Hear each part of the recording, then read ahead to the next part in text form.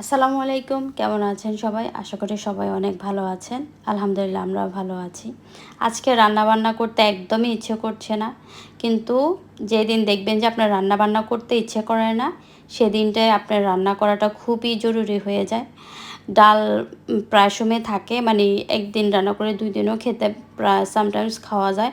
But আজকে ডালটাও শেষ হয়ে গেছে।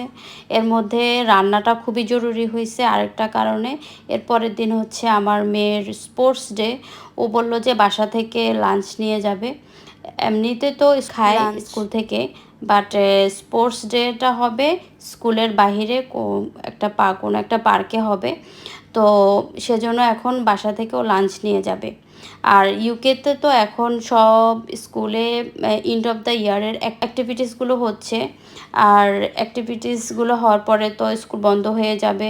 এরপরে সেপ্টেম্বর থেকে নতুন সেশন শুরু হয়ে যাবে। যাই হোক, তো বাসা থেকে ও লাঞ্চটা নিয়ে যাবে। আমি ওর জন্য লাঞ্চটা মানে যেহেতু সবসময় নেয় না, এখন আজকে বলল না দিয়ে তো পারি না। তো সেজন্য আমি একটা চিকেন ব্রেস্টে একদম ছোটো ছোটো কিউব করে কেটে এক সাইডে হচ্ছে চিকেনের ইয়েটা বসাইছি, মানে চিকেন টিকা করে দিয়ে রাখবো। আর এভাবে চিকেনটা রান্না করে রাখলে 2-3 দিন থাকে ফ্রিজে। যখন আফটার স্কুল ওরা যখন স্কুল থেকে আসে, তখন এটা আমি স্যান্ডউইচ বানাই দিই, বা আমি সাবওয়ের মতো আর কি যেটা।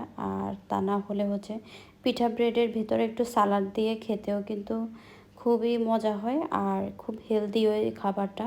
বাইরে থেকে বাচ্চারা অনেক সময় স্কুল থেকে আসার সময় চিপস উইংসটা বেশি খেতে চায়, বাট এভাবে রান্না করে রাখলে ওরাও ওরাও পছন্দ করে, মাঝে মাঝে পছন্দ করে।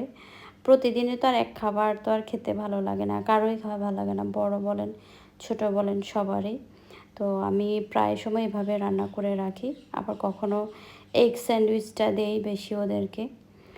তো যাই হোক, আর অন্য পাশে হচ্ছে মাছ রান্না করতে, যেদিন আমার রান্না করতে ইচ্ছে করে না সেদিনে হচ্ছে একটা রান্না করলে সবার খাবার দাবার হয়ে যায়।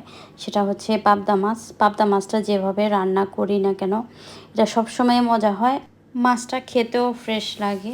এখানে যেহেতু সব ধরনের মাছে ফ্রোজেন আসে আর কি, তো মাছের মধ্যে অনেক ধরনের মাছের মধ্যে একটা স্মেল থাকে, বাট এই মাছের মধ্যে তুলনামূলক একদমই কম থাকে।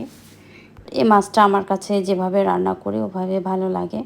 আর এই একটা অপশনে আমি সবসময় রাখি, যখনই আমার রান্না করতে ইচ্ছে করে না তখন ঝটপটে একটা মাছের রান্না করে ফেলি। যাই হোক, চিকেনটা হয়ে যাওয়ার পর উপরে একটু ধনিয়া পাতা দিয়ে দিলাম। তো আজকে পর্যন্ত, আল্লাহ হাফেজ।